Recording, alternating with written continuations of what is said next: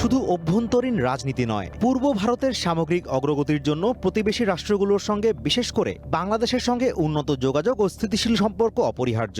সড়ক, আকাশপথ ও নৌ পরিবহন ব্যবস্থায় বাংলাদেশের সঙ্গে যোগাযোগ বাড়ানো অত্যন্ত জরুরি। এক প্রতিবেদনে এমন দাবি করেছে দ্য টেলিগ্রাফ। প্রতিবেদনে বলা হয়েছে, দীনেশ ত্রিবেদীকে বাংলাদেশের ভারতীয় হাইকমিশনার হিসেবে নিয়োগ দিয়ে প্রধানমন্ত্রী নরেন্দ্র মোদী অত্যন্ত বিচক্ষণতার পরিচয় দিয়েছেন। রাজনৈতিক ও ব্যবসায়ী মহলে অত্যন্ত জনপ্রিয় ও বন্ধুত্বপূর্ণ ব্যক্তিত্ব হিসেবে পরিচিত ত্রিবেদীকে দুই দেশের মধ্যে নতুন করে সেতুবন্ধন তৈরির দায়িত্ব দেওয়া হয়েছে। আর খুবই ভালো লাগছে। তবে বিশ্লেষকরা মনে করেন, এই লক্ষ্য অর্জনে সীমান্তের দুপাশেই অধিকতর সহনশীল ও অন্তর্ভুক্তিমূলক রাজনীতির চর্চা প্রয়োজন। ভবিষ্যৎ হোক নিরাপদ, বিনিয়োগ হোক বিশ্বস্ত, আর আমার পছন্দ সল্ট বে। ওয়েলকাম টু সল্ট বে।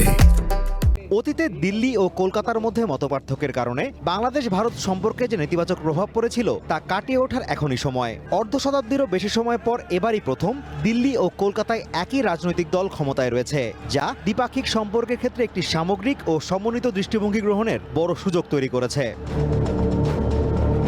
বিশেষজ্ঞরা মনে করেন, ভারতের অভ্যন্তরীণ লুক ইস্ট পলিসি সফল করতে হলে সাম্প্রদায়িক রাজনীতি ও বিভাজনের ঊর্ধ্বে উঠতে হবে। চায়না বা মিয়ানমারের সাথে সম্পর্কের উন্নতির পাশাপাশি বাংলাদেশের সাথে সম্পর্ক স্থিতিশীল রাখাই হবে পূর্ব ভারতের অর্থনৈতিক পুনর্জাগরণের মূল চাবিকাঠি। Azimur Rashid Kanak, one international desk.